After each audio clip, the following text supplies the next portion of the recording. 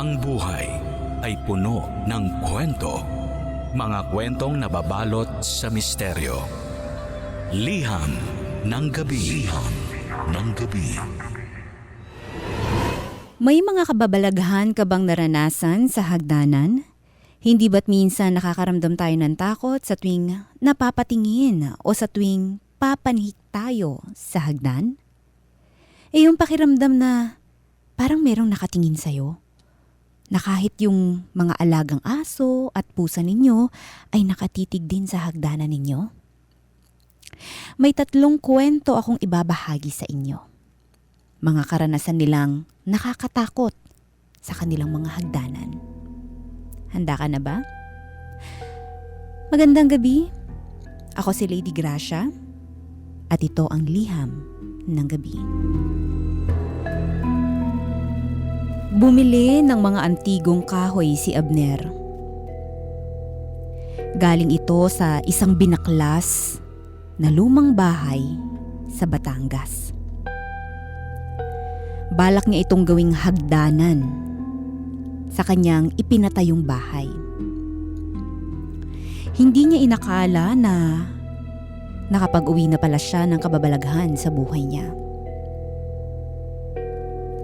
Natatandaan pa ni Abner, palaging naaaksidente ang mga tauhan niya na gumagawa ng hagdanan gamit ang mga antigong kahoy na nabili niya. May naputulan ng daliri at meron din namang isa na nahulog sa hagdanan mismo. Natapos naman ang hagdanan at dito na nagsimula ang mga mas nakakatakot na pangyayari. Isang gabi, narinig niya ang kanyang nag-iisang anak na babae. Tumatawa ito sa hagdanan habang nakaupo. Nang tanungin siya ni Abner, itinuro ng batang babae ang nasa tabi niya. May kakwentuhan daw siyang matandang lalaki na kuba at mahaba ang balbas. Wala namang katabi ang anak ni Abner nung mga oras na iyon. Binuhat na lang ni Abner ang kanyang anak para ipasok ito sa kanyang kwarto. Pero habang paalis sila sa hagdanan, naramdaman ni Abner na parang may nakatingin sa kanya. Uminit din ang kanyang batok na para bang sinusunog.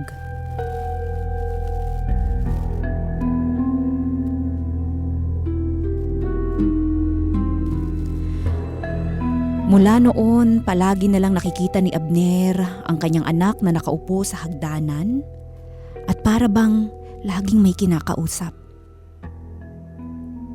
Laging tumatawa at nangyayari ito tuwing sasapit ang 12:00 ng hating gabi. Nag-alala na si Abner. Kaya isang gabi, kinulong niya ang kanyang anak sa kwarto nito para hindi na makapunta sa hagdanan. Pasado 12:00 ng hating gabi, si Abner naman ang umupo sa hagdan. Hinintay na magpakita sa kanya ang matandang lalaki na kuba at mahabang balbas na kinakwento ng kanyang anak. Hindi naman siya nabigo. Nagpakita sa kanya ang matandang lalaki. Tama nga. Kuba ito at mahabang balbas. Sino ka? Bakit mo ginugulo ang anak ko?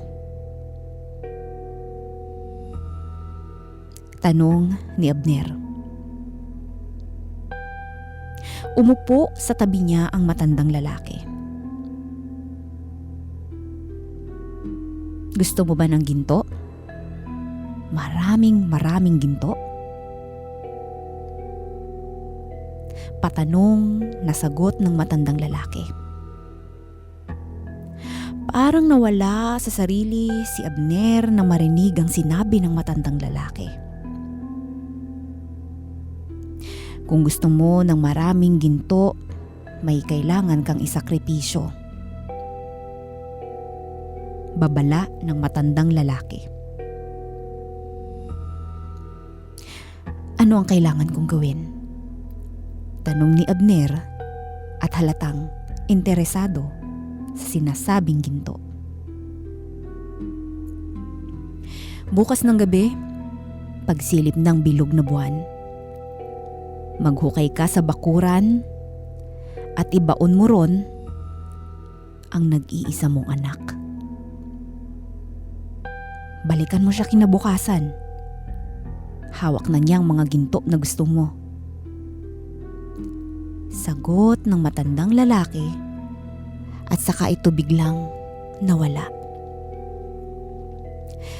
Dahil nasilaw sa sinabi ng matandang lalaki, sinunod ni Abner ang sinabi sa kanya. Binaon niya sa lupa kinabukasan ng gabi ang kanyang umiiyak na anak. Pinalipas niya ang buong araw at saka binalikan na niya kung saan niya ibinaon ang kanyang anak. Doon nanlumo at natauhan si Abner. Namatay na ang kanyang anak. At ang bangkay ng kanyang anak may hawak na mga tanso. Kabaliktaran sa ipinangako ng matandang lalaki na ginto.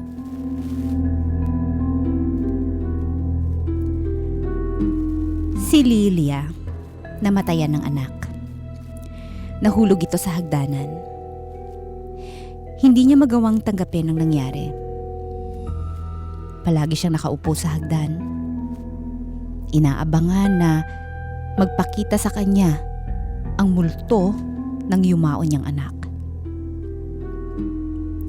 Nakakalat din sa hagdanan ang mga laruan, pictures at damit nito. Doon na nga rin halos natutulog si Lilia. Hanggang isang gabi, nakatulog siyang muli sa hagdanan habang kayakap ang paboritong laruan ng kanyang anak. Nagulat na lang siya at nagising nang biglang may humablot ng laruan na iyon sa kanya. Pagmulat niya ng kanyang mga mata, kaharap na niya ang kanyang yumaong anak.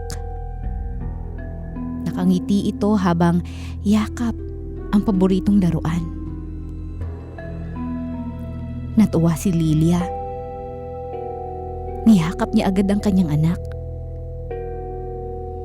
Hindi siya makapaniwalang tinupad ng Diyos ang kahilingan niya na buhayin ulit ang kanyang pinakamamahal. Mama, laro tayo. Paglalambing ng kanyang anak sa kanya. Tumango si Lilia at pagkatayo nito sa hagdanan para makipaglaro ay bigla na lang siyang itinulak nito dahilan para mahulog ito sa hagdanan. Bago nawala ng malay si Lilia, narinig pa niya ang matinis na tawa ng kanyang anak na para bang natutuwa ito sa pagkahulog niya sa hagdanan. At nang magising ito makalipas ang ilang oras, nakita na lang niya na nakayakap na ito sa kanya. Nabaliwala ang sakit sa katawan ni Lilia nang makitang paglalambing nito sa kanya. Mula noon, palagi na silang magkasama sa hagdanan. Hanggang sa doon na sila pwedeng matulog na dalawa. Hanggang sa doon na lang talaga tumambay si Lilia. Paano naman kasi doon lang sila pwedeng magkasamang dalawa. Sa hagdanan na iyon. Lagi silang naglalaro. Hindi na nga kumakain si Lilia. Nanghihina na ito at namumutla. Isang gabi, bigla itong bumulong kay Lilia.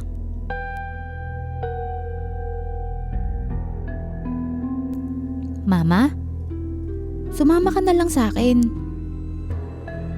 Ayoko na dito sa hagdanan. Labas na tayo dito sa bahay.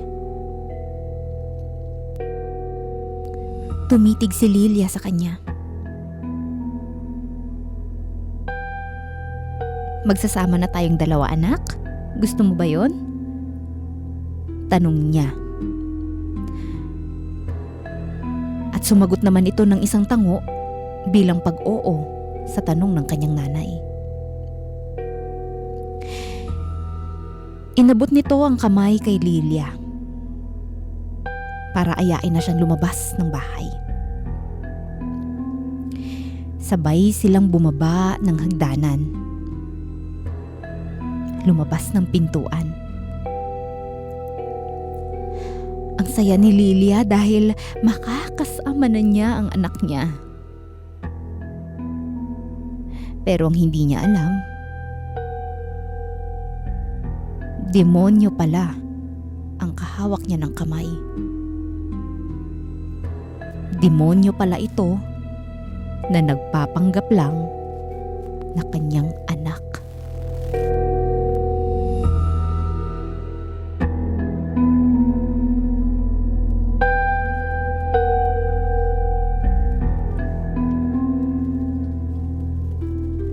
Bagong sakristan si Joey sa simbahan sa kanilang maliit na probinsya.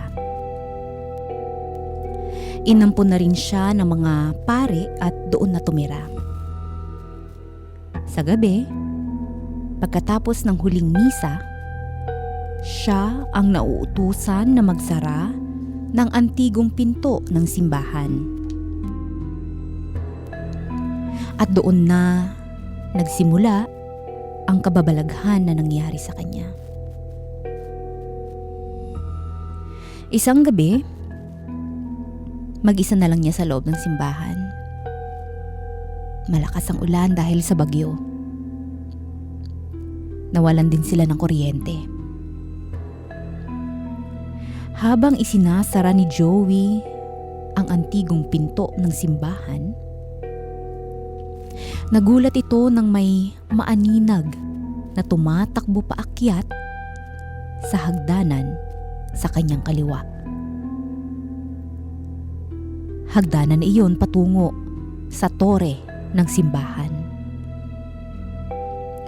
Bawal nang pumunta roon dahil marupok na iyon dala ng katandaan. Sinundan ito ni Joey. Pumanhik din siya sa hagdanan.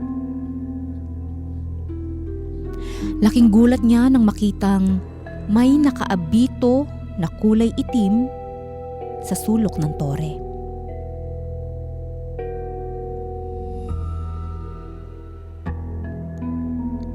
Isang pare. Madilim sa tore at hindi niya masyadong maaninag ang itsura ng paring nakaitim na abito. Kaya naman inilabas niya ang kanyang cellphone para ilawan iyon at laking gulat niya nang makitang walang ulo ang paring nakaitim na abito. Hanggang sa biglang tumakbo ang pugot ulong pari para habulin si Joey. Sa takot, napatakbo na rin pababa si Joey sa hagdanan na dahilan ng pagkahulog niya roon. Nawalan ito ng malay. Habang nakabulagta ito sa sahig ng simbahan, na naginip ito. Nakita niya ang nakaitim na abito na paring pugot ang ulo. Hinahanap nito ang kanyang ulo sa lahat ng sulok ng simbahan. Hinahawakan ang bawat ulo ng mga santo. Hanggang sa lumapit ito kay Joey. Tila humihingi ng tulong. Hindi makagalaw si Joey. Hanggang sa bigla na lang piniga ng pare ang ulo ni Joey dahil sa galit. Doon na nagising ang sakristan. Nagbalik na rin ang kuryente. Wala na rin sa paligid ang pugot-ulong pare.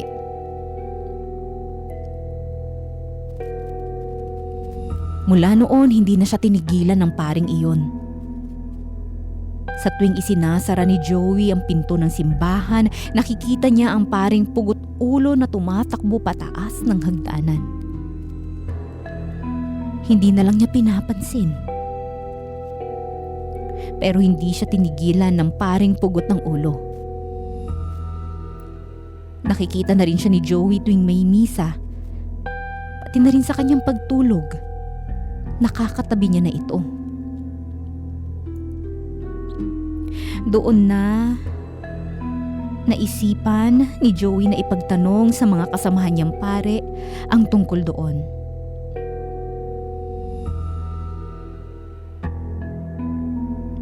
Pero tikom ang bibig ng mga pare.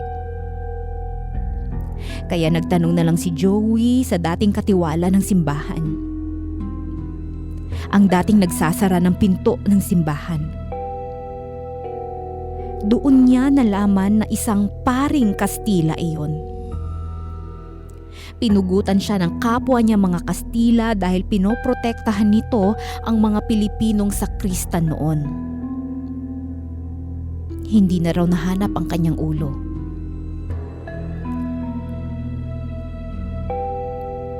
Ang sabi-sabi, pinakain daw iyon sa mga baboy ramo sa kabundukan. Ayon din sa katiwala, nakita na lang daw ang katawan ng pare sa tore at inilibing na siya ng mga sakristan na tinulungan niya. Inilibing siya sa isang tagong parte ng sementeryo para hindi mahanap ng mga Kastilang pumugot ng kanyang ulo. Mula noon, palagi nang tumatakbo ang paring pugot-ulo sa hagdanan ng simbahan tuwing gabi. Malungkot daw ito sa kanyang sinapit at paikot-ikot na lang sa ganong sitwasyon. Doon na naawa si Joey. Kaya isang gabi, nang muli niyang isara ang antigong pinto ng simbahan, nagpakita muli ang paring pugot-ulo. Akmang tatakbo ulit ito pataas ng pore. Pero kinausap siya ni Joey. Father, maraming salamat sa pagtatanggol niyo sa mga Pilipinong sakristan noon. Hindi niyo na kailangan tumakbo. Magpahinga na po kayo. Bukal sa loob na sabi ni Joey. At mula noon,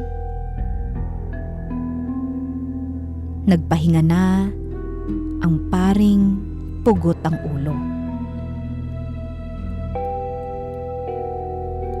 Hindi na ito nakikitang tumatakbo sa hagdanan ng simbahan.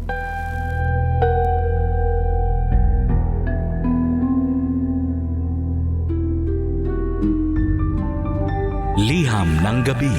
Liham ng gabi.